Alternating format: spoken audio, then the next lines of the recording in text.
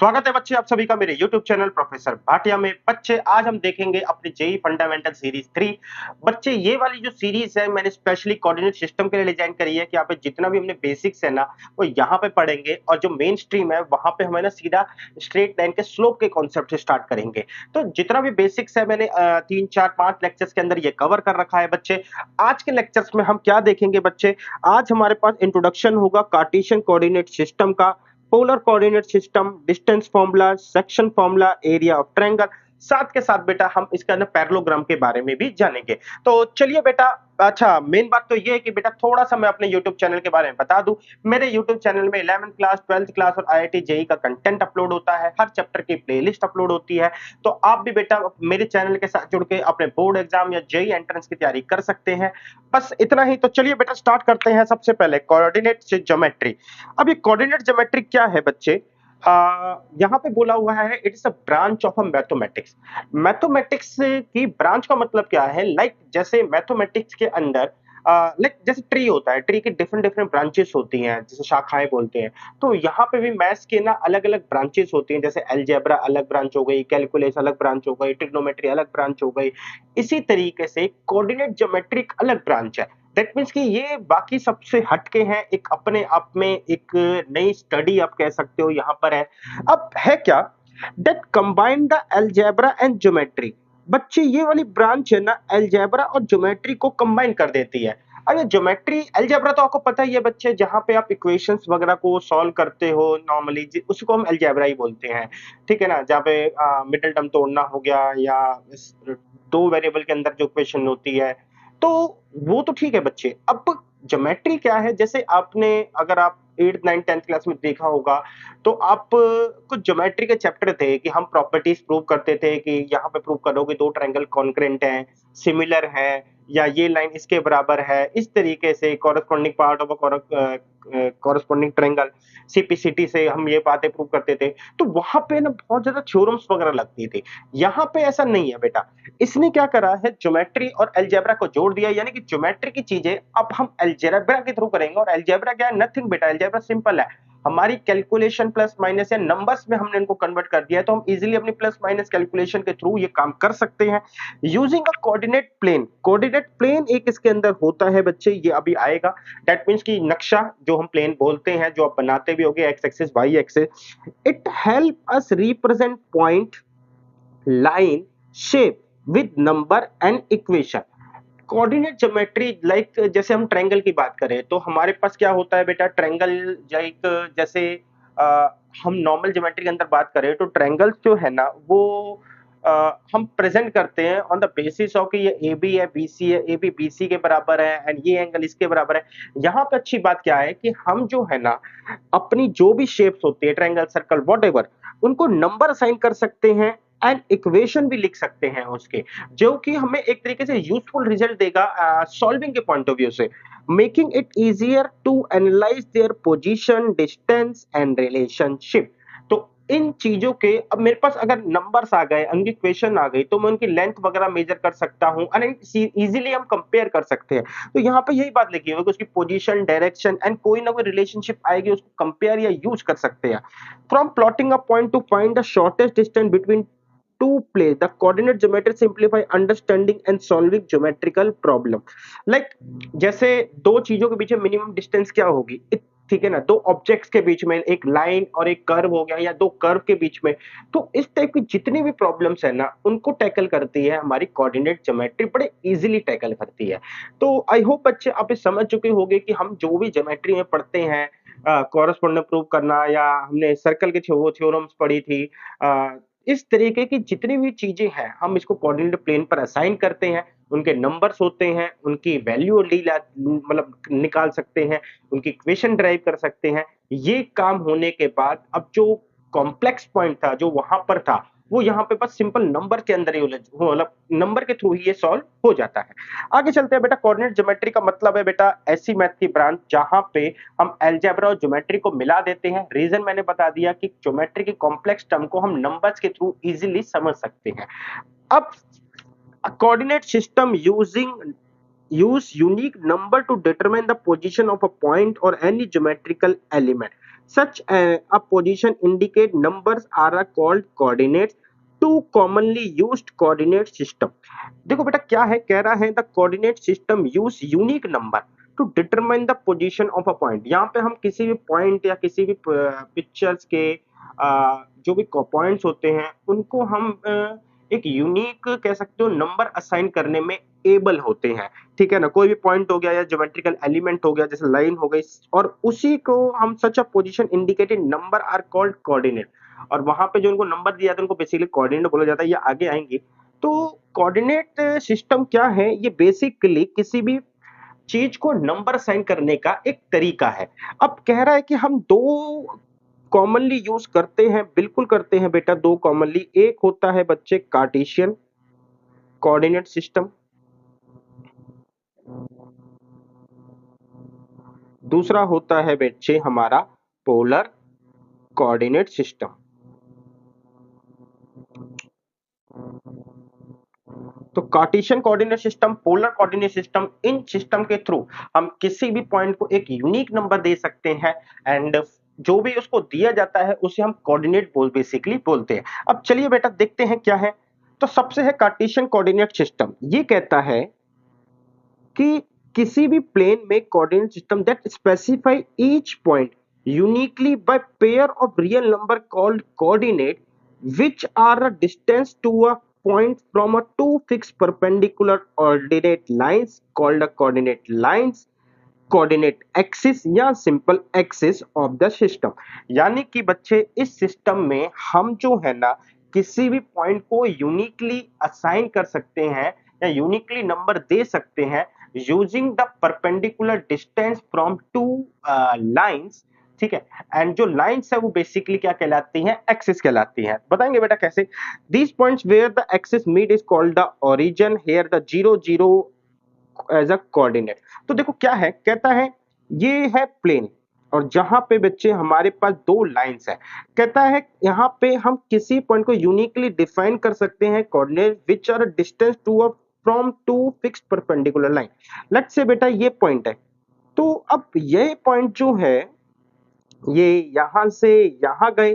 ठीक है ना, लेट्स से यहां से यहां हम टू स्टेप गए और यहां से फिर हम यहां गए तो यहां पर भी हम टू स्टेप गए। तो हम ये कहेंगे कि इस पॉइंट को हमने नाम दिया टू टू।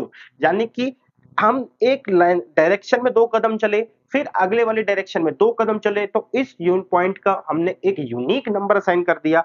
एंड जो बच्चे जहां पे ये दोनों एक तरीके से कहते हैं कि जीरो जीरो डिस्टेंस है, वो उसे हम बोलते हैं ओरिजिन।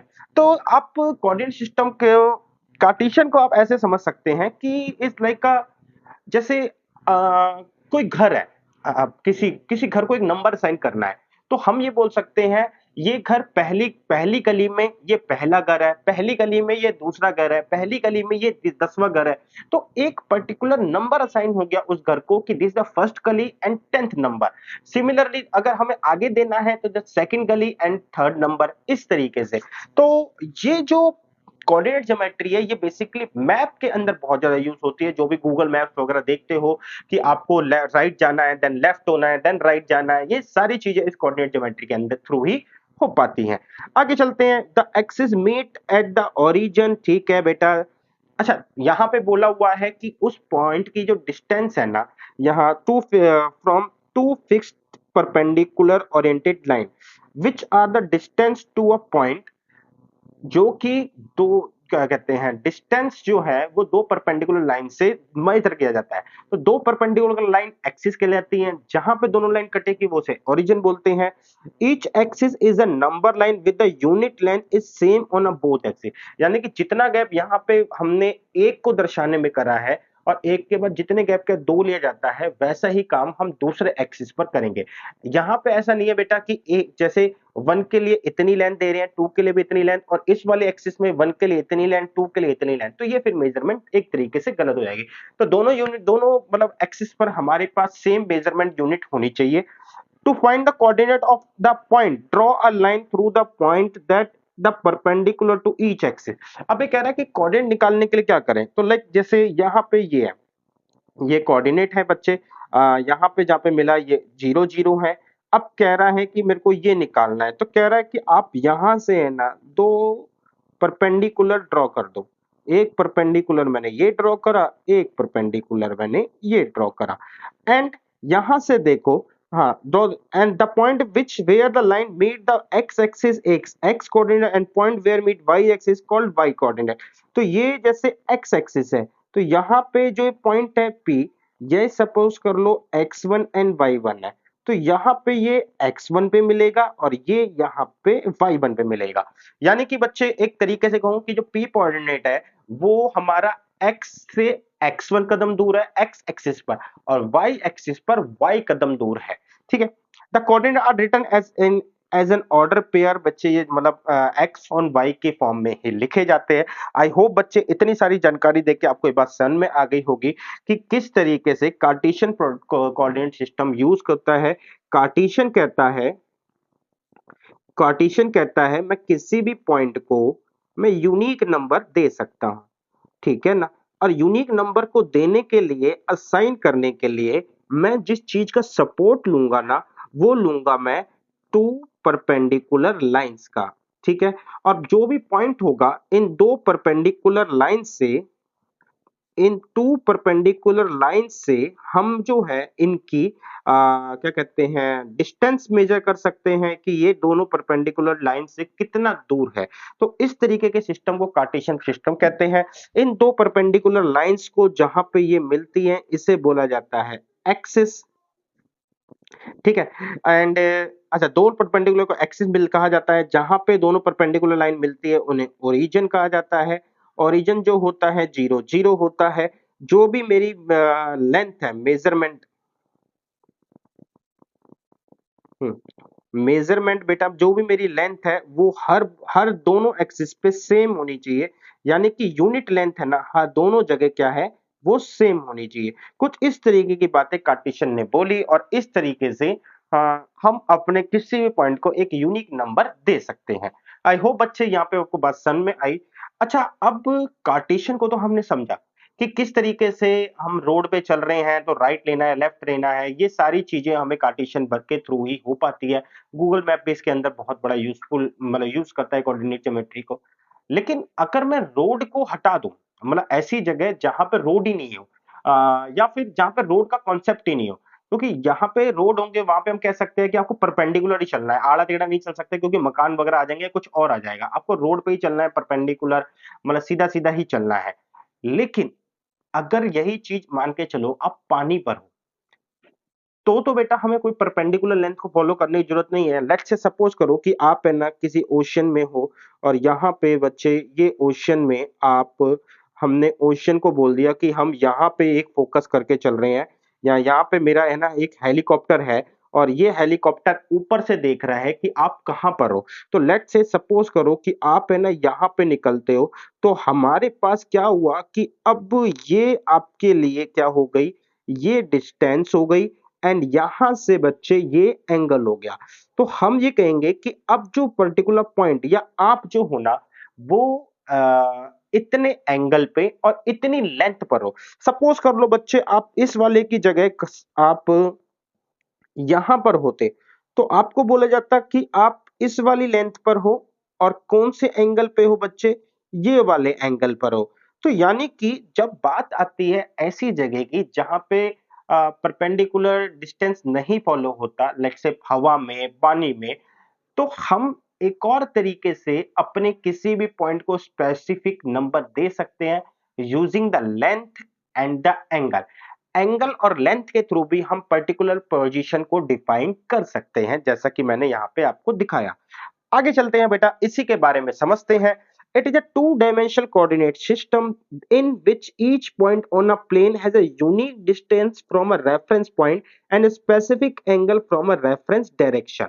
यानी कि बच्चे इस वाले के अंदर हम क्या करते हैं, हर किसी भी पॉइंट को एक यूनिक डिस्टेंस और एक यूनिक एंगल डिफाइन करते हैं। यानी कि कोई भी पॉइंट इस बार एक स्पेसिफिक डायरेक्ट क्या कहते हैं, लेंथ या डिस्टेंस और स्पेसिफिक एंगल पर होगा। और आप मान के चलो जैसे यहाँ पे बता रखा है कि ये आर लेंथ पर है और ये थीटा एंगल पर है। अब आप मान के चलो पी की जगह यहाँ पर हमारे पास P1 होता, तो इसका एंगल जो है ना हमारे पास जो है वो इसका एंगल कुछ और निकलता। तो यहां से देखो P के लिए ना हमारे पास स्पेसिफिक लेंथ यही है, इस लेंथ पर इस एंगल पे ये P पॉइंट ही आएगा और इसके बाद अगर हम एंगल चेंज करते हैं, लेट्स से यहाँ पे θ1 करते हैं, R मेरी यहाँ पर सेम ही रहती है। तो इस P1 के लिए स्पेसिफिक क्या है? R1 and θ1। आई होप बच्चे आपको ये बात समझ में आई। अब थोड़ा सा दिमाग भी लगा सकते हैं कि हमारे पास अब ये सिस्टम है, हालांकि इस तरह का सिंबल नहीं आएगा। मैं कह रहा हूं यहाँ पे मेरा ये पॉइंट है, तो मैंने कहा ये पॉइंट है ना, यहाँ से 3 कदम और 60 डिग्री के एंगल पर है। अब मान के चलो 3 कदम पे, ठीक है ना, कोई और पॉइंट भी है, ये लेट्स से यहाँ पे ये पॉइंट है, ये भी 3 कदम ही दूर है। तो ये 3 कदम दूर है, बट दिस टाइम जो एंगल जो है ना वो कुछ और होएगा। तो हर एक स्पेसिफिक पॉइंट को हम, अरे क्या हो गया, अरे हाँ, तो हर एक स्पेसिफिक पॉइंट को, जैसे ये एक स्पेसिफिक पॉइंट है, हमने इसको नम दे सकते हैं कि 360 डिग्री। ये वाला स्पेसिफिक पॉइंट है, हम इसको बोल सकते हैं 120 डिग्री फॉर एग्जांपल। तो देखो किस तरीके से इसके कोऑर्डिनेट्स काम कर रहे हैं। It is totally different from what we are learn in a Cartesian coordinate system, जहां पे हम दो रियल नंबर होते थे, यहाँ पे एक नंबर और एक एंगल होता है। Here the P is at a distance, ये वही बात लिखी हुई है बच्चे। आगे देखो क्या बोला हुआ है, the origin is called the pole. पिछली बार ओरिजिन को ओरिजिन ही बोला था, इस बार इसको हम पोल बोलते हैं। और जिस एक्सिस से हम इस एंगल को मेजर करते हैं ना, उसे पोलर एक्सिस कहा जाता है और इस पे एंगल 0 होता है। अब यहाँ पे बात ये है बेटा कि एंगल मेजर करने के लिए भी कोई स्टैंडर्ड सेट कर रखा होता है। ऐसे नहीं है बेटा कि आप एंगल कैसे भी मेजर कर ले। तो एंगल मेजर किया जाता है, जो ये एंगल है थीटा, ये बेटा एंटी क्लॉकवाइज मेजर किया जाता है। एंड एंटी, हाँ, and positive direction of x axis.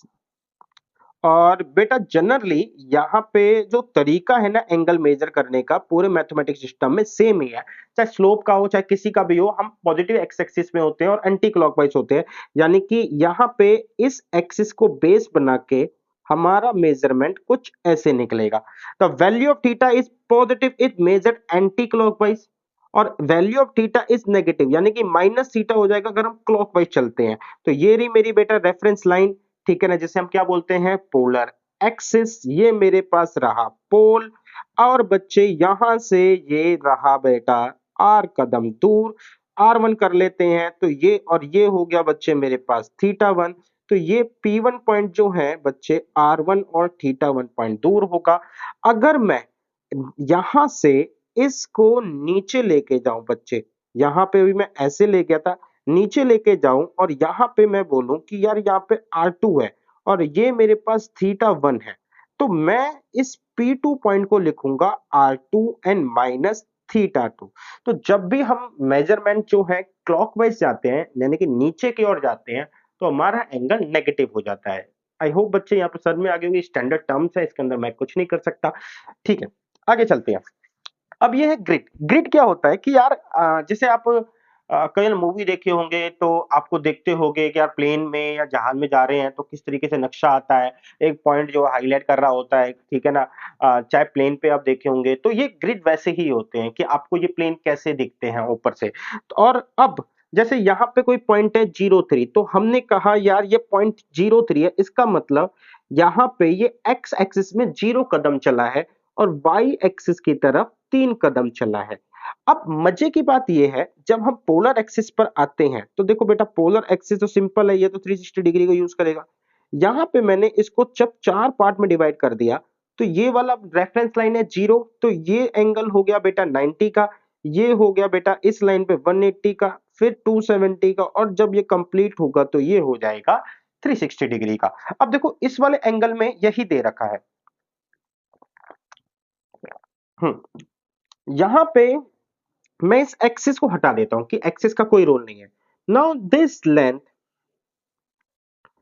Now अब ये जो पॉइंट है मैं क्या बोलूंगा कि ये इस रेफरेंस लाइन से हमारा इस रेफरेंस लाइन से ये कितने डिग्री का एंगल बना रहा है बेटा, ये 90 डिग्री का एंगल बना रहा है इस रेफरेंस लाइन से। अब इस रेफरेंस लाइन से 90 डिग्री का एंगल बना रहा है, तो ये तो मेरे को पता चल गया, मेरे को स्ट्रेट देखना है, लेकिन कितने कदम दूर है वो? तो वो 3 डिस्टेंस पर दूर है, वो 3 कुछ भी हो सकता है, 3 माइल, 3 यूनिट, 3 इंची, 3 किलोमीटर, 3 नॉटिंगल माइल्स भी हो सकता है, व्हाटएवर, ठीक है ना? तो हम अब इस तरीके से इस कोऑर्डिनेट ने 03 की लोकेशन को फिक्स करा, यानी कि 03 को आइडेंटिफाई करा, या इस पॉइंट P को आइडेंटिफाई करा using the assigning a real number, कि हमें इस एक्सिस पे इतना चलना है, उस एक्सिस के थ्रू इतना चलना है, तो हम इस पॉइंट पे पहुंच जाएंगे। लेकिन यहाँ पे हमने ये एक्सिस नहीं है बेटा, आएंगे, ठीक है ना, आपके सामने से भी गोल चक्कर ही है।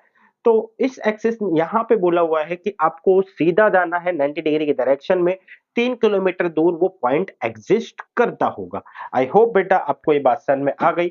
अगर मैं इसको बहुत सिंपल से एग्जांपल से बोलूं, तो एक और तरीके से बेटा मैं कहता हूं कि यहाँ पे बेटा चौराहा है, चौराहे से 3 कदम दूर या 3 किलोमीटर दूर मेरा घर है।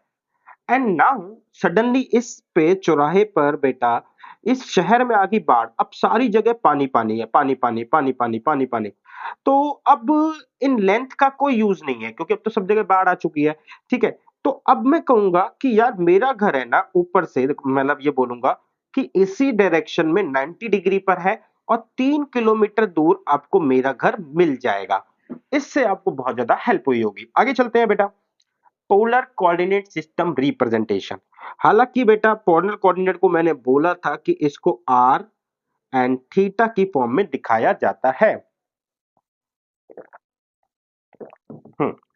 In the Cartesian coordinate system, every point has only one representation. Cartesian के अंदर बेटा क्या होता है, हर एक पॉइंट की एक प्रेजेंटेशन होती है। जैसे हमने ये बोल दिया कि ये एक्स एक्सिस से 3 कदम, वाई एक्सिस से 4 कदम दूर होता है।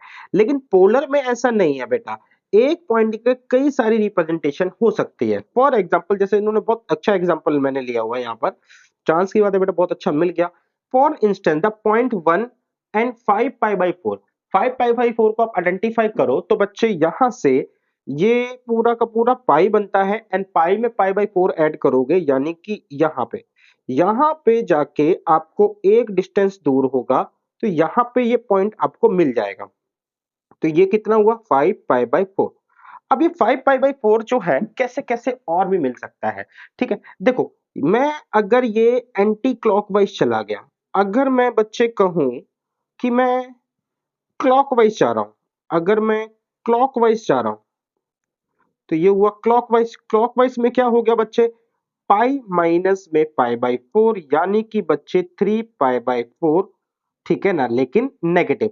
तो ये वाला पॉइंट जो हो गया, अब मतलब इसका जो हो गया -3 पाई/4, और यहां से आ जाएगा बेटा 1। तो ये भी इसका कोऑर्डिनेट है।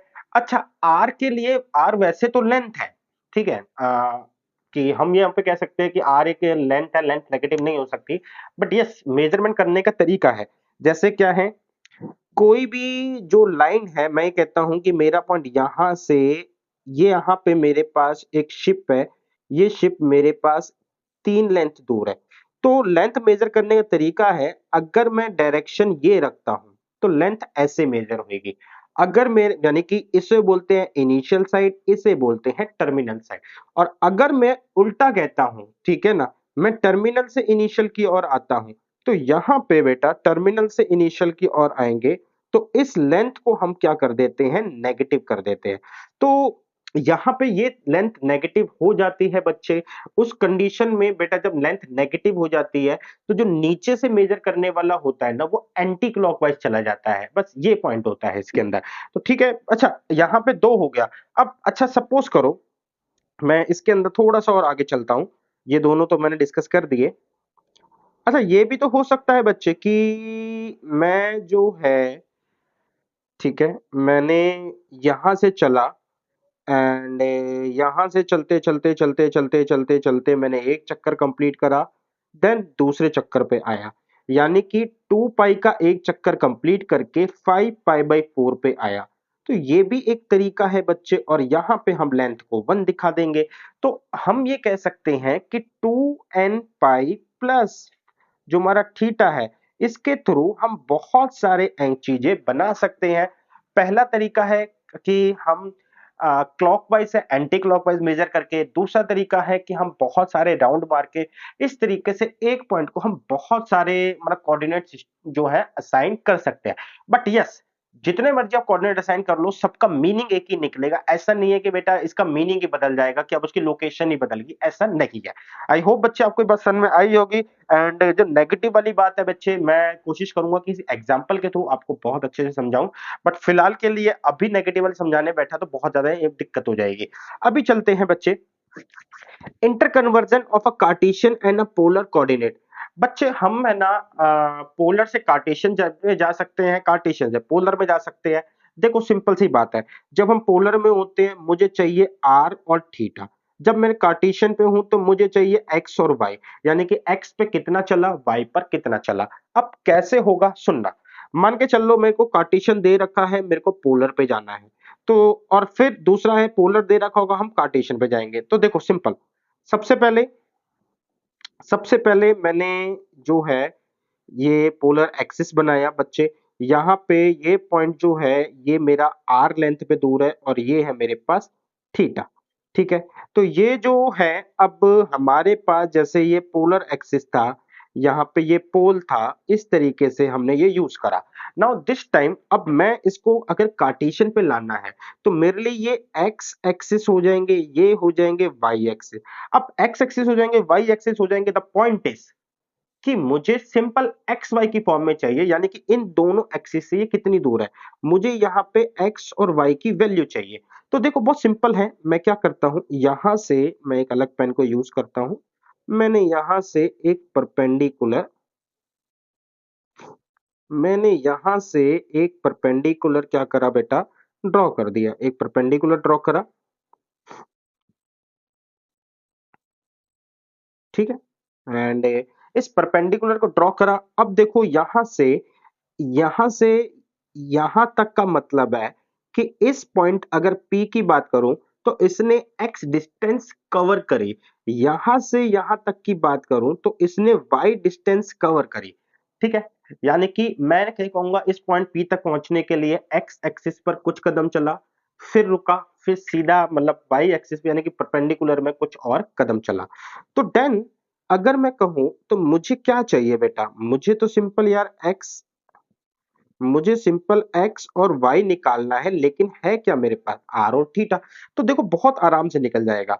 मैं ये कहता हूं मेरे पास जो है साइन थीटा, साइन थीटा होता है परपेंडिकुलर अपॉन में हाइपोटेन्यूज, कॉस थीटा होता है बेटा बेस अपॉन में हाइपोटेन्यूज।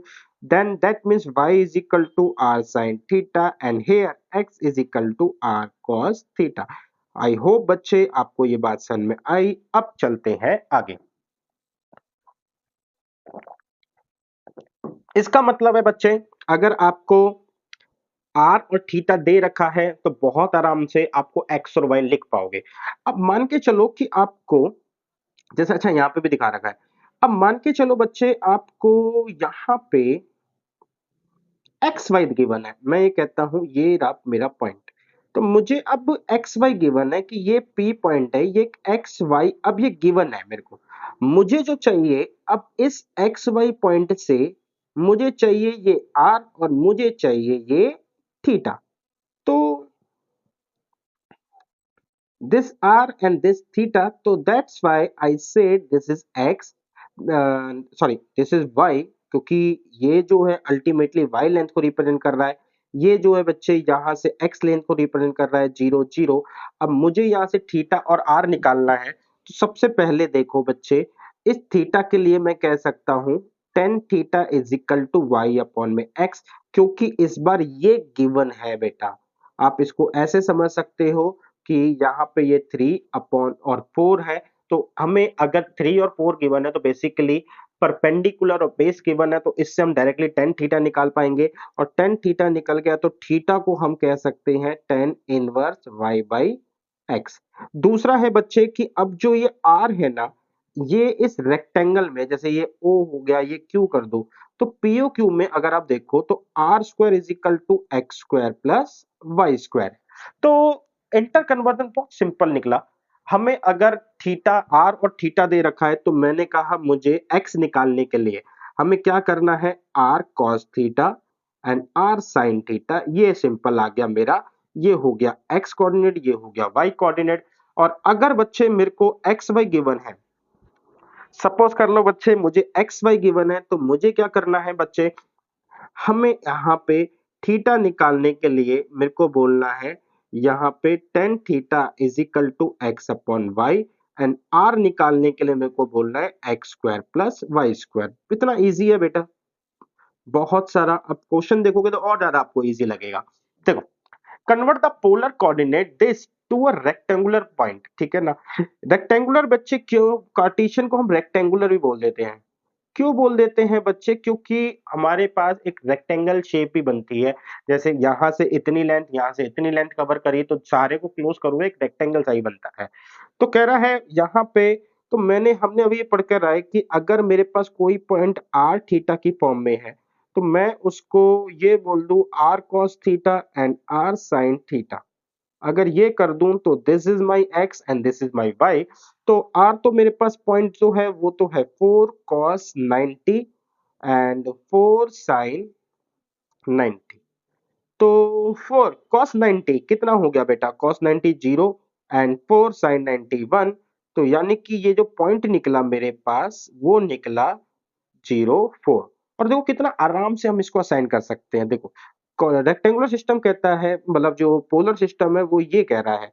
तो मैंने कहा यार ये रहा मेरा पोल, इस पोल के अकॉर्डिंग ये मेरे पास पोलर एक्सिस है। यहां से मेरे को 90 डिग्री आगे चलना है, 90 डिग्री आगे चला, एंड 90 डिग्री आगे चल के कहां तक चलना है, लेट्स से ये 4 किलोमीटर तक कुछ भी होगा। तो ये मेरा पॉइंट आ गया, ठीक है। और इसको मैं रिप्रेजेंट कैसे कर रहा हूं कि आर थीटा यानी कि 4 एंड 90 के थ्रू। और अगर मैं इसी पॉइंट को एक्सिस पे लेकर आऊं तो देखो कितने आराम से ये वाला जो है एक्सिस यही बन जाता है, ठीक है ना। यहाँ पे ये पॉइंट है, ठीक है, यहाँ पे ये पॉइंट, यहां से कह सकते हैं कि 4 कदम दूर है। तो मैं क्या बोलूंगा बच्चे कि यहाँ पे एक्स वाले एक्सिस पर तो मैं कुछ भी नहीं चला, वाई वाले एक्सिस पर मैं कितना कदम चला, 4 कदम चला। तो 0 एंड 4। उम्मीद करता हूं बच्चे आपको ये बात समझ में आई होगी। आगे चलते हैं। कन्वर्ट द रेक्टेंगुलर, अब इस बार टू टू को हमें करना है। तो देखो टू टू कितनी अच्छी पोजीशन पर है, एक्स से भी मैं 2 कदम दूर चला, यानी कि इससे मैं कितने 2 कदम दूर चला, यहां पे मैं 2 लेंथ चला, ठीक है, यहां पर भी बच्चे मैं 2 लेंथ चला। तो फाइनली मैं इस पोजीशन पे पहुंचा, और यहां से ये चीज जो मेरी है इतनी, मतलब जो भी पर्टिकुलर पी पॉइंट पर है। अब यहां से मैं चल तो गया कि मैंने कहा मैं इस डायरेक्शन में गया, फिर मैं ऊपर वाली डायरेक्शन में आया और इस तरीके से पी पॉइंट पे पहुंचा। अगर मेरे को डायरेक्ट एंगल और डिस्टेंस के थ्रू जाना है तो एंगल निकालने के लिए हमने क्या बोला, थीटा लो। थीटा निकालने के लिए टेन थीटा, ठीक है, ऊपर आएगा एक्स, सॉरी ऊपर आएगा वाई। आई थिंक मैंने पीछे एक्स लिख दिया क्या, पीछे बेटा परपेंडिकुलर वाई है, तो यहाँ पे मैंने गलत लिख दिया है। अ, बच्चे यहाँ पे थोड़ा सा गलत हो गया।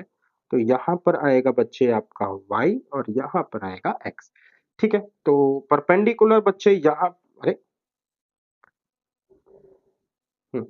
परपेंडिकुलर बच्चे यहाँ पे आपका जो है वो है बच्चे आपका y, नीचे आएगा x। तो y जो है वो 2 है, x भी 2 है, तो टेन थीटा जो आ गया। अब tan theta is equal to 1 आ गया, तो दैट मीन्स थीटा क्या हो गया, pi by 4। And theta pi by 4 हो गया। आगे बात करें r, तो r क्या है, x square plus y square, ये भी आर स्क्वायर। तो r जो है बेटा 2 का स्क्वायर 4, 2 का स्क्वायर 4। तो r की वैल्यू जो आ गई आर स्क्वायर की 8, तो r की स्क्वायर की वैल्यू जो आ गई वो आ गई 2√2 प्लस माइनस।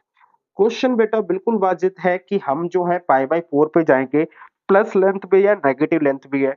तो रीजन जो है वो यही निकल के आएगा बच्चे, क्योंकि ये पाई बाई 4 है। नेगेटिव होता बच्चे, पहली बात तो आर जो है नेगेटिव नहीं लेते, अब लेंगे तो फिर हमें मेजरमेंट का स्केल जो है वो भी चेंज करना पड़ेगा। तो हमारे पास बच्चे फिलहाल के लिए बोल के चलते हैं कि हम पॉजिटिव को ही लेकर चलेंगे। आगे चलते हैं। डिस्टेंस फॉर्मूला बच्चे आपने 10th क्लास में लगाया होगा, x2 minus x1 y2 minus y1। Distance formula बेटा यानी कि डिस्टेंस बिटवीन टू पॉइंट। अब बच्चे ये मेरे पास एक एक्सिस है, ये मेरे पास दूसरा एक्सिस है। मैं ये मान के चल लेता हूं बच्चे कि यहाँ पे दो पॉइंट है ए एंड बी। ए जो है x1 y1 है, बी जो है x2 y2 है। अब सबसे पहले मैं क्या करता हूं बच्चे, मैं इसकी वो निकालने के लिए कि मेरे को ये निकालना है इसका जो भी डिस्टेंस है, मैं क्या करता हूं, मैं इसके पैरेलल एक लाइन खींचता हूं। ठीक है, एक यहां से लाइन खींचता हूं जो इस पे क्या होगी, परपेंडिकुलर होगी। तो अब मेरे पास एक ट्रायंगल बन के आ गया। ओ यहां पर है तो मैं इसको सी नाम दे देता हूं। ठीक है, अब इस सी के अब यहाँ पे हाँ जो लेंथ है उनके साथ देखो, देखो y2 का मतलब क्या है, y2 का मतलब है कि यहां से लेके ये y एक्सिस पे y2 चला, और y1 का मतलब है कि यहां से लेके इस वाले एक्सिस y मतलब y एक्सिस पर y1 चला। यहां पे बच्चे अगर मैं कहूं तो यहां से लेके मैं x1 चला यहां तक, ठीक है ना, इसके नीचे, और देन उस पॉइंट तक पहुंचने के लिए मैं x2 चला। ठीक है, तो इसका मतलब क्या है बच्चे, ये y2 है, इसके नीचे यहां से लेके ये y1 है। तो मैं ये कह सकता हूं कि इतनी सी जो लेंथ है ये हो गई y2 माइनस y1, और ये वाली जो लेंथ है बच्चे ये हो गई मेरी x2 माइनस x1। अब अगर मैं बात करूं इन ट्रायंगल ए बी सी, जिसमें जो सी है ये क्या है बेटा, ये एंगल सी 90 डिग्री का है। इसका मतलब ये क्या है, राइट एंगल ट्रायंगल है बच्चे। अब राइट एंगल ट्रायंगल है तो इसका मतलब क्या है, हाइपोटेन्यूज का स्क्वायर परपेंडिकुलर के स्क्वायर प्लस बेस के स्क्वायर के बराबर होता है। परपेंडिकुलर कितना है बच्चे मेरे पास, y2 माइनस y1 का स्क्वायर, एंड बेस कितना है बच्चे आपके पास, x2 माइनस x1 का स्क्वायर। तो that means we get a hypotenuse का स्क्वायर, और यहां से मुझे मिलेगा hypotenuse is equal to y2 minus y1 is equal, sorry पहले x का रखते हैं ना, हाँ बेटा ऑर्डर है पहले x का ही रखा जाता है, और कोई बात नहीं है। तो हाइपोटेन्यूज बेसिकली मेरे पास क्या है बच्चे, under the root x2 minus x1 का स्क्वायर प्लस में y2 माइनस y1 का स्क्वायर। तो हाइपोटेन्यूज ही बेसिकली ये डिस्टेंस ऑफ ए बी है। तो बस सिंपल है बेटा, ये फॉर्मूला आपने कई बार पढ़ा होगा, तो आज मैंने इसको ड्राइव करके दिखा दिया। आगे चलते हैं, सेक्शन फॉर्मूला। हम्म, सेक्शन फॉर्मूला कहता है कि हम जो है किसी भी लाइन को दो सेक्शन में डिवाइड कर सकते हैं। हाँ, या अगर हमें पता हो कि कोई पॉइंट है उस, ठीक है ना, वो उसको किस रेशो में डिवाइड कर रहा है, या हम उस पॉइंट को निकाल सकते हैं अगर ये बता दे इसको 5:4 या m:n के रेशो में डिवाइड कर रहा है। अब ये कैसे काम होता है देखो, सबसे पहले इस डायग्राम तक पहुंचने से पहले मैं थोड़ा सा आपको बता दूंगी पहुंचे कैसे। यहाँ पे रहे, हमने कहा कि यार ये एक लाइन है, ठीक है, इस लाइन पे ये मेरा ए पॉइंट है एंड ये मेरा बी पॉइंट है। इस लाइन पर ये जो पॉइंट है पी, इसने इसको एम हिस्से में और इसको एन हिस्से में तोड़ दिया। ठीक है, लेट्स से एग्जांपल कि ए बी 10 है, तो इसने इसको 4 और इसने इसको 6 पार्ट में तोड़ दिया, यानी कि 4 पार्ट इधर रह गए, 6 पार्ट ऊपर रह गए। तो अब ऐसी सिचुएशन होती है तो हम क्या करते हैं, we draw a parallel lines, एक यहां से और एक यहां से, और इनको करते हैं हम ज्वाइन, एक यहां से ज्वाइन करा एंड एक यहां से ज्वाइन करा।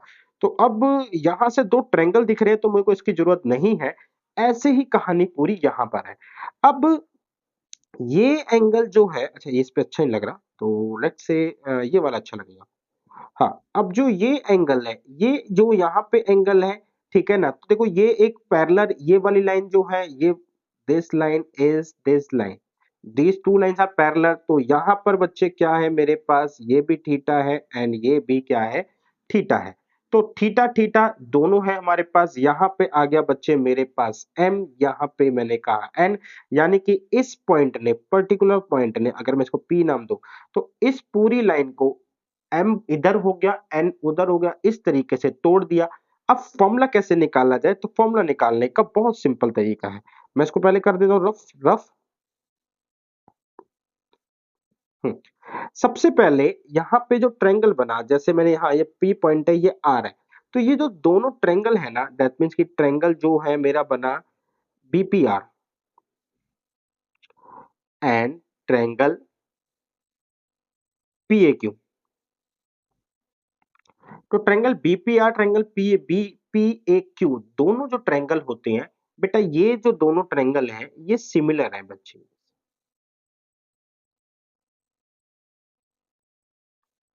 ठीक है, ये दोनों ट्रायंगल क्या है बच्चे, सिमिलर है।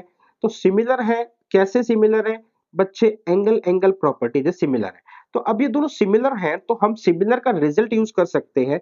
कैसे यूज कर सकते हैं, ये लेंथ अपॉन और ये लेंथ, ठीक है ना, ये वाली लेंथ और ये वाली लेंथ का जो रेशियो होगा, ये सारे मतलब आपस में रेशियो बराबर होंगे। तो यानी कि बच्चे m अपॉन में n इज इक्वल टू, ये देखो पूरा का पूरा बेटा क्या है, ये y2 है यहां से लेके यहां तक, ये बच्चे मेरे पास क्या है, y है यहां से लेके यहां तक। तो इतने वाले की जो वैल्यू आ गई वो मेरे पास क्या आ गई, y2 माइनस y, और सिमिलरली यहाँ की वैल्यू आ गई y माइनस y1।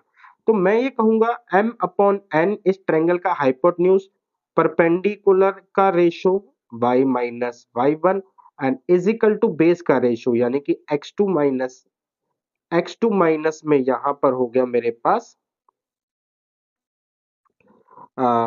y2, हाँ y minus y, x2 minus में x, क्योंकि बच्चे मेरे पास जो है यहाँ पे ये पूरा जो है यहां से लेके यहां तक ये x2 है, यहां से लेके यहां तक ये x1 है, एंड यहां से लेके यहां तक ये x है। तो ये x2 है, ये x है एंड ये x1 है। तो आप ये देख सकते हैं कि ये वाली जो लेंथ बनी है वो कितनी बनी है, x2 माइनस में x, और ये वाली जो लेंथ बनेगी ये बनेगी आपकी x माइनस में x1। तो x2 माइनस में हमारे पास आया x अपॉन में बेटा x माइनस में x1। तो यहाँ पे रखा m upon n is equal to x2 minus में x minus x1, cross multiply करवाया m, क्योंकि मेरे को जो वैल्यू निकालनी है वो p के कोऑर्डिनेट्स की निकालनी है। तो मैंने क्रॉस मल्टीप्लाई करवाया m x minus x1 is equal to n x2 minus में x1 नहीं आएगा। तो mx यहाँ पे आया, ये दैट मीन्स कि mx माइनस mx माइनस बेटा mx1 is equal to nx2 minus nx। So हमें अब इस x और इस x को साथ रखते हैं, इनको उधर करते हैं, तो यहाँ पे आया बच्चे मेरे पास mx plus nx is equal to nx2 plus में mx1। तो x वैल्यू लिया nx2 प्लस में mx1 अपॉन में m प्लस n, ये एक रिजल्ट मेरे सामने आ गया है। तो बच्चे यहां से हमने निकाला nx2 प्लस में mx1 अपॉन में बच्चे m प्लस n। इस तरीके से हम x का फॉर्मूला लगा सकते हैं। आपने भी बेटा यही पढ़ा होगा कि यहाँ पे m की मल्टीप्लाई x2 से कर दो, n की मल्टीप्लाई हम किससे कर देते हैं, x1 से कर देते हैं। अच्छा, अ, ये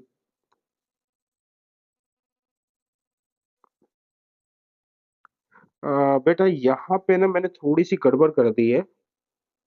M x minus n one n x two, होता तो ऐसे ही है, एम एस टू एन में होता है m x two and n x one.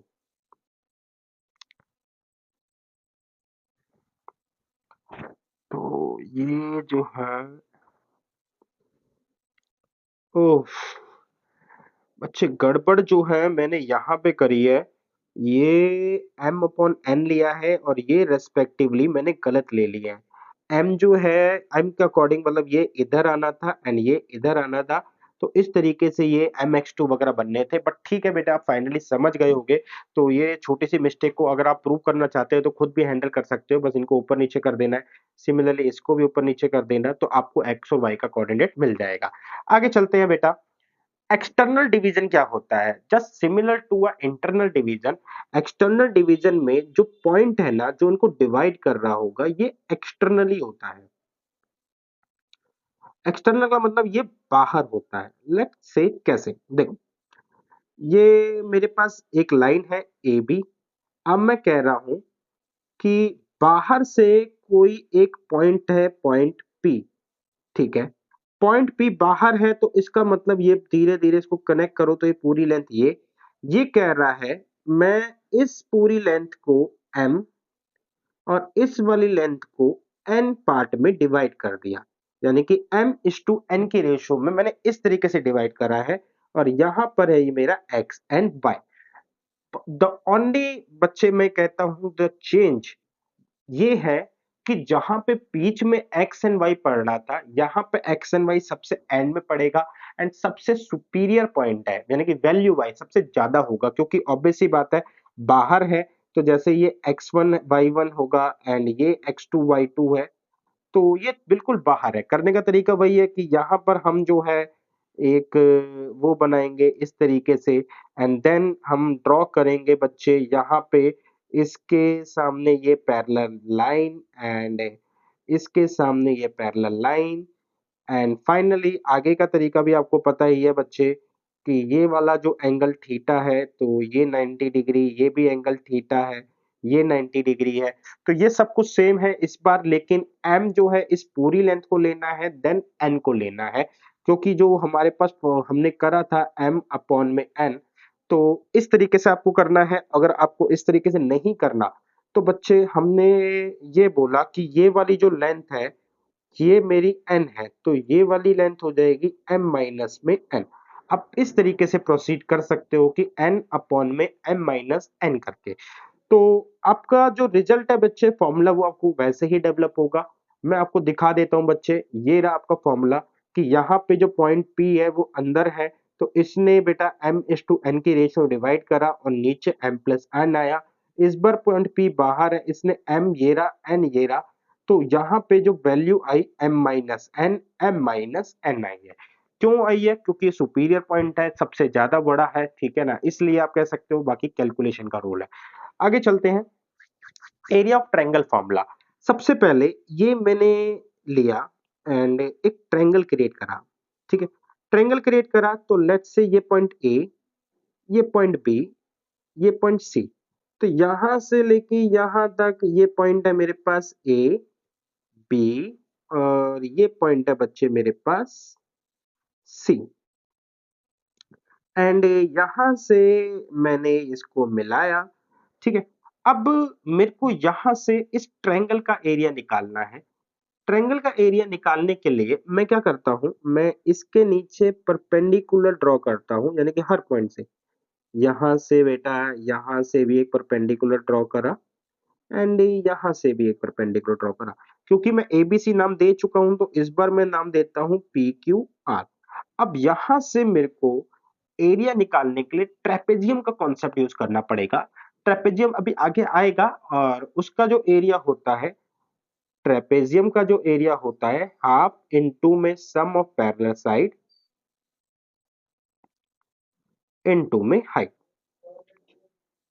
तो बस बच्चे इस कॉन्सेप्ट को यूज करते हैं तो मैं ये कहूंगा, हाँ सबसे पहले ट्रेपेजियम क्या कहें ए बी पी क्यू, तो इसमें बात करें तो इसमें बच्चे ये 90 डिग्री का है, ये 90 डिग्री का, डेट्स वाई ये दोनों लाइन इसके अंदर पैरेलल हो गई। अच्छा इनको कोऑर्डिनेट से बात करें तो x1 y1 x2 y2 x3 y3, ठीक। तो अब यहाँ पे इसके बीच की जो लेंथ है उसको मैं बोलूंगा क्या, x2 माइनस में x1। इसके बीच की जो लेंथ होगी बच्चे मैं उसको बोलूंगा यहाँ पे क्या बोलेंगे, x3 माइनस में x2, और इस पूरी लेंथ को बोला जाएगा x3 माइनस में x1। सिमिलरली बच्चे ये वाली जो लेंथ है मेरे पास कहलाएगी y3 माइनस में y1, क्यों, ठीक है। ये पूरी कहलाएगी बच्चे, यहाँ पे ये वाली जो लेंथ कहलाएगी बच्चे ये तो आ, हाँ ये वाली तो y2 ही कहलाएगी। अच्छा ये लेंथ में, अच्छा लेंथ में कोई चेंज नहीं होगा क्योंकि x3 y3 ही है, बस इसी में चेंज होगा। तो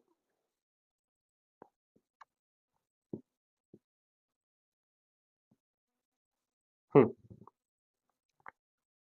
तो अब इस ट्रेपेजियम की बात करें तो सम ऑफ पैरेलल साइड, तो पैरेलल साइड बच्चे इसकी जो हाइट आई है ये आई है y1, इसकी हाइट आई है y2 और इसकी हाइट आई है y3 यानी कि वैल्यू।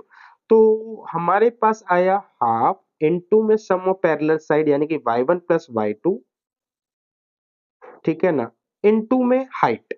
ठीक है, अब हाइट क्या है बच्चे, ये वाला अगर आप इस ट्रेपेजियम पे फोकस कर रहे हो, इस वाले ट्रेपेजियम पे फोकस कर रहे हो बच्चे, तो यहां से यहां के बीच की जो शॉर्टेस्ट डिस्टेंस है उसे ही हम क्या बोलेंगे, इस ट्रेपेजियम की हाइट बोलेंगे।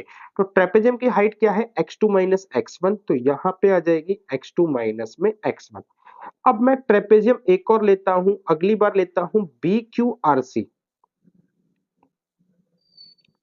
तो इस ट्रेपेजियम में लूंगा हाफ इनटू में बच्चे y2 plus y3 sum of parallel side. तो ये दोनों जो लाइन साइड्स हैं ये आपस में क्या है, पैरेलल है, y2 और y3 इनटू में बच्चे यहाँ पे भी हाइट का जो रोल है वो ऐसे ही होगा। ये रहा मेरा ट्रेपेजियम बच्चे, ए सम ऑफ पैरेलल साइड के बीच परपेंडिकुलर ड्रॉ करा यानी कि x3 माइनस में x2। अब यहां से क्या हुआ बच्चे, मेरे पास जो है इन दोनों ट्रेपेजियम को यूज करके ये वाले ट्रेपेजियम का एरिया फालतू आ गया है। मैं इसको हाइलाइटर से यूज करते हैं, हाइलाइटर बेस जो है ग्रीन से। तो अब क्या हुआ है बच्चे कि मेरे को जो ये एरिया है ना, ये एरिया बेसिकली ये वाला एरिया यहां से लेके यहां तक का ट्रेपेजियम का एरिया फालतू मिल गया है। तो हम क्या करते हैं बेटा, एक और ट्रेपेजियम लेंगे अब की बार। तो मैंने कहा ट्रेपेजियम एक और लिया, इस बार लिया ACRP, ठीक है। तो इस ट्रेपेजियम में भी हमने कहा half sum of parallel side, तो इस वाले में y1 प्लस y3, ठीक है ना, इनटू में बेटा हाइट, तो इसकी हाइट क्या है x3 minus x1 minus x1। तो अगर मैं कहूं ये ट्रेपेजियम 1, ट्रेपेजियम 2, ट्रेपेजियम 3, तो एरिया ऑफ ट्रायंगल क्या हुआ बच्चे हमारे पास, तो ये हो गया trapezium 1 plus trapezium 2 minus trapezium 3। अगर आप ऐसा करोगे तो आपको मिलेगा हाफ, ठीक है ना, यहां पे मिलेगा x1 y2 माइनस में y3 plus x2 y3 minus में y1 plus x3 y1 minus में y2। कुछ ये चीज आपको मिलेगी। ये बहुत अब कॉम्प्लेक्स कैलकुलेशन हो जाएगी, टाइम नहीं है बेटा, लेक्चर में ऑलरेडी 1 घंटे से ज्यादा का होने वाला है। तो अब यहां से बेटा हमने ट्रेपेजियम को, अब आप थोड़ा सा विजुलाइज नहीं कर पा रहे होंगे क्योंकि ट्रेपेजियम को शायद आपने पढ़ा नहीं है। ट्रेपेजियम को बच्चे हम जो है इस तरीके से देखते हैं, हमेशा ट्रेपेजियम का बेस जो है ना वो पैरेलल साइड होगा। जैसे मैंने कहा यहाँ पे ये पैरेलल साइड है, तो ये ट्रेपेजियम का बेस या तो यहां से बनाएंगे या यहां से बनाएंगे। इस तरीके से मेरा ट्रेपेजियम होता है। तो मैंने कहीं से भी ले लो बेटा आप बेस को, ये पैरेलल साइड है और इनके बीच में जो चलने वाली जो डिस्टेंस है ये जो है इसे ही हाइट बोला हुआ है। अब ये जो आपको नजर आ रहा है ABCD, एक्चुअल में ये रोटेट होके बना हुआ है यहाँ पर। तो देखो ए बी पी क्यू अंदर अंदर बात करें, A B P Q, तो ये देखो अगर आप देख पा रहे हो, मैं इसको यहाँ पे भी चेंज करके करता हूँ बेटा। हाँ, तो आप इसको अगर विजुलाइज देख कर पा रहे हो तो ये मेरा ट्रेपेजियम ऐसे बना हुआ है। तो इस ट्रेपेजियम में ये पैरेलल साइड है, तो इनमें से ही किसी को बेस बनाया है, रेदर देन बेटा ये वाला बेस, ये वाली हाइट नहीं होती क्योंकि ये मतलब बेस ही हमारा किसी पैरेलल साइड को माना जाता है। तो ये हाइट नहीं होती, हाइट इनकी ये वाली होती है। ठीक है, आगे चलते हैं बेटा। अब ट्रायंगल का प्रूफ हो गया। Quadrilateral and it's type, quadrilateral क्या होता है बेटा, जिसकी 4 साइड्स है उसे हम क्वाड्रिलेटर बोलते हैं। तो क्वाड्रिलेटर और इसके टाइप की बात करें तो देखो हमने क्वाड्रिलेटर को है ना मेनली इस तरीके से डिवाइड करते हैं। एक क्वाड्रिलेटर होता है बच्चे जो कि होता है हमारे पास ये क्या था आपका, अरे दिमाग से वो निकल गया, हाँ ट्रेपेजियम, ठीक है। एक होता है हमारा पैरेललोग्राम और एक होता है हमारा काइट। तो ये बेसिकली 3 अलग तरीके के हमारे पास वो होते हैं, क्वाड्रिलेटर होते हैं। क्वाड्रिलेटर क्या होता है, 2 डायमेंशनल शेप जिसकी 4 साइड हो, 4 एंगल हो, 4 वर्टिसेस हो, ये व्हाटएवर जो भी लिखा हुआ है। Type of quadrilateral defined by the length and their side and there measurement of their angle. तो ये बेसिकली तीन कैटेगरी है। अब पैरेललोग्राम की दो स्पेसिफिक कैटेगरी को हम कह सकते हैं कि दो, एक पैरेललोग्राम का मतलब तो आमने सामने की साइड बराबर, तो इसमें रेक्टेंगल को कंसीडर करा गया है एज अ स्पेशल पैरेललोग्राम, और यहां पे हमने रोम्बस को कंसीडर करा है, ये भी स्पेशल पैरेललोग्राम है। रेक्टेंगल में क्या है, आमने सामने की साइड्स जो है पैरेलल बराबर तो होती है, बट ईच एंगल 90 डिग्री होता है। यहाँ पे एंगल 90 डिग्री नहीं होता, बट सारी साइड्स बराबर होती है। और रेक्टेंगल और रोम्बस का ही स्पेशल केस जो बनता है वो है बच्चे स्क्वायर। वो क्या है बेटा आपका स्क्वायर, क्योंकि स्क्वायर जो कंटेन करता है वो इन दोनों की प्रॉपर्टी कंटेन करता है। तो इस वे में अगर हम कोऑर्डिनेटर को एक्सप्लेन करते हैं कि इतने टाइप के होते हैं, अब ये कर क्यों रहे हैं बच्चे, हमारे पास बच्चे बहुत से ऐसे क्वेश्चन आएंगे कि यहाँ पे किसी कोऑर्डिनेटर के अंदर ये बन रहा है, या हम ये कहेंगे कि बेटा प्रूव करो कि ये कोऑर्डिनेटर है, ठीक है ना, या हमें बोल देगा कि ये कोऑर्डिनेटर के वो है तो इसके डायगोनल वगैरह की प्रॉपर्टी यूज करनी पड़ेगी, इसलिए इनको जानना जरूरी है। अब पैरेललोग्राम क्या होता है, पैरेललोग्राम इज लाइक अ ऐसी क्वाड्रिलेटर जिसके आमने सामने के पेयर जो होते हैं पैरेलल एंड इक्वल होते हैं। ये आपने देखा होगा बेटा, इस तरीके के फिगर को बोलते हैं, ठीक है। And A B C D ऐसा कुछ हमारे पास होता है। तो ये हमारी बेसिकली शेप होती है पैरेललोग्राम की। पैरेललोग्राम के अंदर देखो क्या कह रहा हुआ है, opposite sides of parallelogram parallel and equal होती है, तो ये तो हमें पता है, इसमें कोई बड़ी बात नहीं है। Opposite angles are equal, P and T Q and R, ये एंगल जो है हमारे बराबर होते हैं, ठीक है। The diagonal of a parallelogram bisect each other here, this and this are equal, that means RE and EQ, RE and EQ are equal, ठीक है। यानी कि डायगोनल क्या करते हैं, एक दूसरे को बाइसेक्ट करते हैं। तो डायगोनल इस कह सकते हो बेटा, ये मेरे लिए मिड पॉइंट भी है। मतलब जहां पे भी इंटरसेक्ट करते हैं एज अ मिड पॉइंट काम करता है, 1:1 के रेशियो में डिवाइड करता है। Same side of interior angle supplementary each other, यानी कि P R T and R T Q, ये दोनों सेम साइड पड़ेंगे, पी आर टी ये angle and R T Q ये एंगल, दोनों का सम 180 होगा, तो इस तरीके से इनका भी 180 होगा। ये नॉर्मल सी बात है बेटा। The diagonal divide the parallelogram into two congruent angle, यानी कि यहाँ पे ये, ठीक है, एंड ये बच्चे ये दोनों कॉन्ग्रेंट होंगे एक दूसरे के, चाहे आप इस वाली लेंथ से देख लो चाहे आप इस वाले डायगोनल से देख लो, बट द मेन थिंग कि यहाँ पे इस पॉइंट को कंसीडर करना चाहिए, ठीक। आगे चलते हैं। रेक्टेंगल बेटा, रेक्टेंगल भी पैरेललोग्राम है। अगर आप देखो बच्चे, मैं थोड़ा सा आपको विजुलाइज कराऊं, पहले इसको रफ करते हैं। देखो, तो इसको अगर मैं विजुलाइज कराऊं तो that means simple, let's see, ये रहा मेरा पैरेललोग्राम, ठीक है। अब मैं क्या करता हूँ, ए, इसको थोड़ा बड़ा लेते हैं, थोड़ा स्क्वायर में लग रहा है, ठीक है। ये रहा, ये यहाँ से ये रहा, ठीक है। ये मेरा पैरेललोग्राम है ए बी सी डी।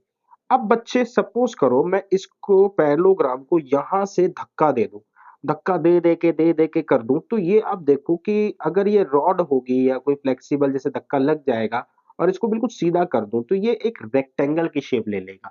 तो पैरेललोग्राम एक रेक्टेंगल की शेप ले लेगा, तो इसमें क्या होता है, हर एक एंगल अब 90 डिग्री का होता है, बस इतना सा फर्क है। तो चलते हैं बेटा, इनकी बातें जानते हैं। टू पैरेलल साइड्स जो है आपस में क्या होंगी, बराबर होंगी, पैरेलल होंगी, ये भी पता है। हर एक एंगल 90 डिग्री का होगा, ये मैं डिस्कस कर चुका हूँ। Opposite sides are equal length, ये भी देख लिया। Two equal diagonal, diagonal equal होते हैं, डायगोनल बाइसेक्ट भी करते हैं। देखो, अगर आप यहाँ पे समझो, तो यहाँ पे एक डायगोनल जो आपका बनेगा वो तो ऐसे बनेगा, ए और सी, ठीक है ना, यानी कि दोनों पॉइंट पास है। दूसरा है कि दोनों पॉइंट बहुत दूर दूर है, तो इसलिए ये चीज जो है यहाँ पे खत्म हो जाती है, तो डेट्स पे हम ये कह सकते हैं, ठीक। तो अब ये दोनों पॉइंट हमने समझ लिए। रोम्बस, रोम्बस क्या होता है कि ऐसा पैरेललोग्राम है, ये जैसे हमने कहा ये मेरा पैरेललोग्राम है। अब देखो इसी में रोम्बस बना के दिखाता हूँ, ठीक है। यहां से रोम्बस जो होगा वो इज लाइक,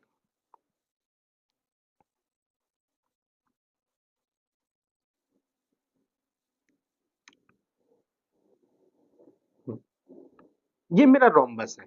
ये ए बी सी डी, तो ये भी एक रोम्बस है। अब इस रोम्बस की खास बात क्या है बेटा, कि इसमें ना सारी साइड दिस ये सारी साइड्स आपस में इक्वल है। अच्छा, यहाँ पे क्यों बनाया है अभी फिर से पता चल जाएगा। फिलहाल रोम्बस के ऊपर बातें करते हैं। टू पैरेलल साइड, ठीक है, जब हमने देख लिया कि आमने सामने साइड पैरेलल होती है, तो one of the important thing कि सारी साइड्स बराबर होती है। पैरेललोग्राम में ऐसा नहीं था। पैरेललोग्राम में सिर्फ आमने सामने के साइड बराबर थे। अपोजिट एंगल्स बराबर होते हैं, यानी कि बच्चे ई जी के बराबर है, एच एफ के बराबर होगा, ठीक है, क्योंकि लेंथ जो है साइड्स की इक्वल है। साथ में diagonal are perpendicular to each other, ये बहुत इंपॉर्टेंट है बेटा। डायगोनल एक दूसरे पे परपेंडिकुलर होते हैं and diagonal are bisect to each other. दो इंपॉर्टेंट बातें यहां से निकल के आई। अब रोम्बस को ही देखो, तो रोम्बस भी एक पैरेललोग्राम ही है। फिर से बच्चे मैं यहाँ पे खड़ा होके, ये मैं हूं बेटा, यहाँ पे खड़ा होके, ठीक है, यहाँ पे इसको पुश करना स्टार्ट कर दो, तो धक्का देना स्टार्ट कर दो, तो क्या हो जाएगा बच्चे, ये आ जाएगा आपका, ठीक। तो यहाँ से इसका हो जाएगा, यहाँ से ये हो जाएगा। और अगर आप कहो कि ये लेंथ ये लेंथ ये लेंथ ये लेंथ बराबर है, ये 90 डिग्री है, ये 90 डिग्री है, ये 90 डिग्री है, ये 90 डिग्री है, सारे 90 डिग्री हैं, तो हमें एक जो रिजल्ट मिलेगा बच्चे, वो होगा स्क्वायर। तो यानी कि अगली फिगर जो है हमारे पास स्क्वायर है। स्क्वायर के अंदर चारों साइड्स बराबर होती है। A B C D 90 degree का, A B parallel to D C, A D parallel to B C, A D parallel to B C, ये सारे मतलब आमने सामने पैरेलल है। टू इक्वल डायगोनल, रोम्बस के अंदर भी यही था बेटा, ठीक है। Diagonal are perpendicular to each other, ये बात भी वहां थी। Diagonal are bisect to each other, यानी कि लेंथ भी बराबर है, परपेंडिकुलर भी है, एंड क्या करते हैं, बाइसेक्ट भी है। वहां पे बाकी में क्या था बच्चे, बाइसेक्ट कर रहे थे लेकिन लेंथ बराबर नहीं थी।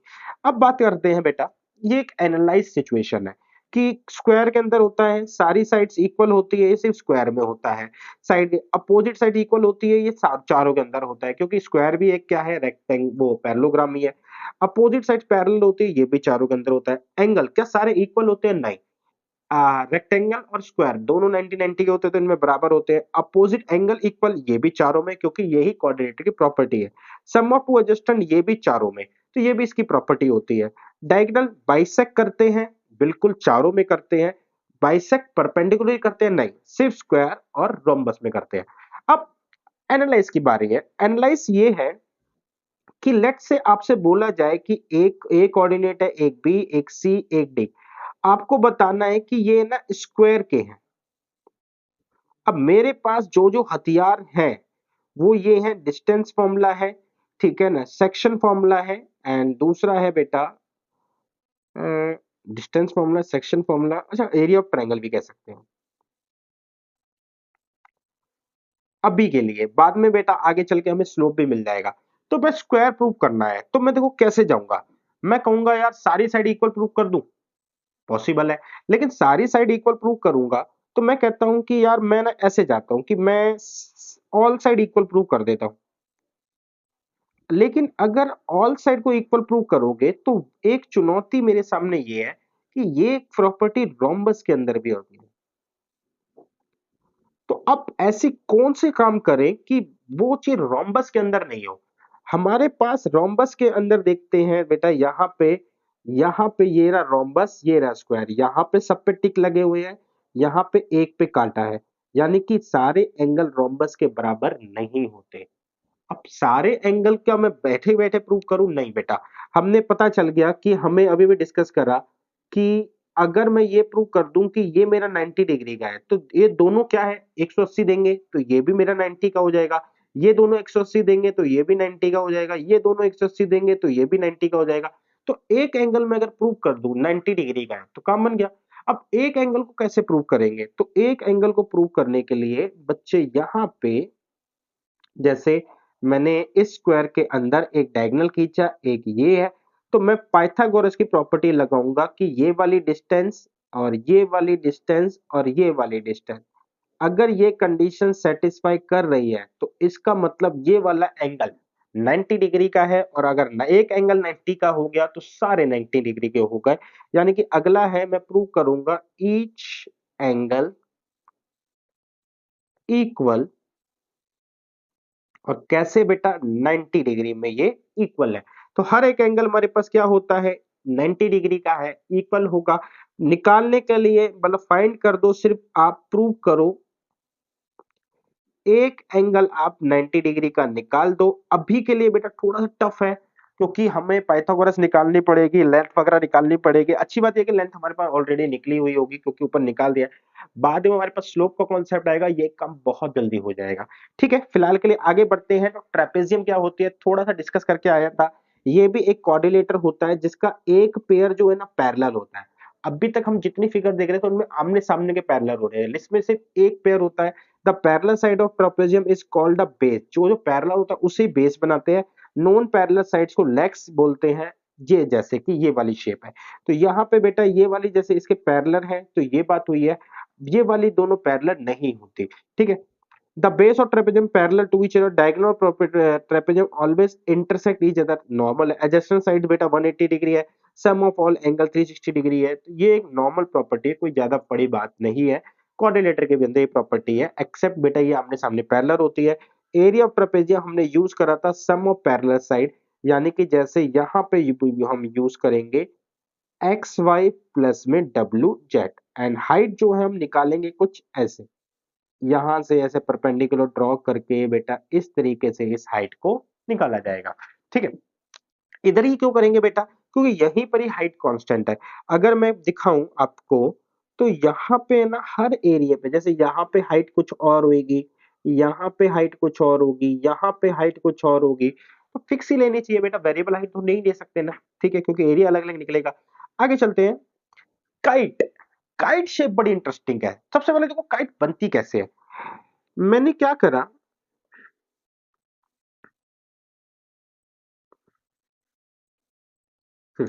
ये एक रेक्टेंगल लिया। मान के चलो एक ए फोर शीट जो आपने देखी होगी प्रिंट, जिसमें आप प्रिंट आउट या फोटो कॉपी करवाते हो, उसी की बात कर रहा हूँ। और उसे बीच से क्या कर दिया, फोल्ड कर दिया, यानी कि ये जो करा इस पे ओवरलैप कर दिया। अब ओवरलैप कर दिया तो ये दोनों बेटा एक जैसी हो जाएंगी, इस पे तो कोई शक नहीं है। एक के ऊपर एक आ गई, ठीक है ना, एग्जैक्ट ओवरलैप करा। अब मैं क्या करता हूं, यहां से किसी भी पॉइंट को पकड़ के ये वाली लेंथ उठाता हूं और ये वाली लेंथ इसको, तो इतने पोर्शन को कट कर देता हूं, यानी कि कैंची से उठाया, ऐसे मैंने कैंची चला दी तो ये पोर्शन निकल के बाहर हो गया और ये पोर्शन निकल के बाहर हो गया। तो मेरे पास अब जो शेप बची है, ठीक है ना, यहाँ पे बेटा जो आपकी शेप बची होगी वो ये बची है, देखो ये वाली शेप बची है, इस तरीके से ये शेप आपके पास बची है। अब आप खुद समझो कि जब मैं अब इसको खोलूंगा तो क्या होगा, यहाँ पे इस तरीके की शेप बनेगी तो ये दोनों लेंथ आपस में क्या होंगी, बराबर होंगी, और ये दोनों लेंथ आपस में क्या होगी, बराबर होगी। तो यही चीज जैसे ही हम इसको खोलेंगे तो ये दोनों लेंथ आपस में बराबर होगी, ये दोनों लेंथ बराबर होंगी। ये वाला एंगल, और अगर मैं इस पे लाइन ड्रॉ कर दूं तो ये दोनों एक, यहां से ये खुल के एक प्रॉपरली लाइन बनेगी। तो बड़ा वाला डायगोनल जो होगा वो छोटे वाले डायगोनल पे 90 डिग्री गिरेगा। ये मतलब चीज यहाँ पे निकल के आएगी। तो इस तरीके से काइट की शेप बनती है बेटा। थोड़ा सा इसको समझाने से ये फायदा हुआ कि अब आप सेंस लगा पा रहे होगे कि कौन सी साइड क्यों इक्वल है। तो देखो, a kite is shape of quadrant in which two pair of adjacent side are equal in length। तो ये जो adjacent sides है ये equal होगी। no pair of a side in a kite are parallel but one of the pair of opposite angle are equal। parallel वाली कोई बात नहीं है, opposite angle जो है जैसे कि A और B ये दोनों क्या होते हैं, बराबर होते हैं। आगे देखो, डायगोनल जो है परपेंडिकुलर टू ईच अदर, ये मैंने बता दिया बच्चे। Longer diagonal bisect the pair of opposite angle. बड़ा वाला डायगोनल जो है इसको क्या करता है बेटा, जो अपोजिट एंगल है उनको बाइसेक्ट करता है, यानी कि ए सी डी, ये वाला एंगल और ये वाला एंगल बराबर होगा, ये वाला एंगल और ये वाला एंगल भी आपस में बराबर होगा। A kite has two pair of adjacent side equal side. ठीक है, ये तो हम ऑलरेडी डिस्कस कर लिया था। It has one pair of opposite angle that are equal, here angle B and angle जो है ए बराबर होंगे। इन डायगोनल ए बी, ए और ओ बी बराबर होगा, ऊपर से बता दिया है, ए उसके ऊपर होता है। एरिया जो होता है इसका हाफ, इन टू में इसको बोलते हैं प्रोडक्ट ऑफ डायगोनल।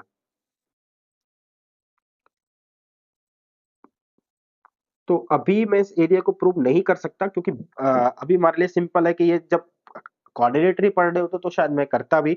अभी के लिए तो हमें बस इसके फॉर्मूले को यूज करना है क्योंकि जनरली ये कम ही यूज होता है।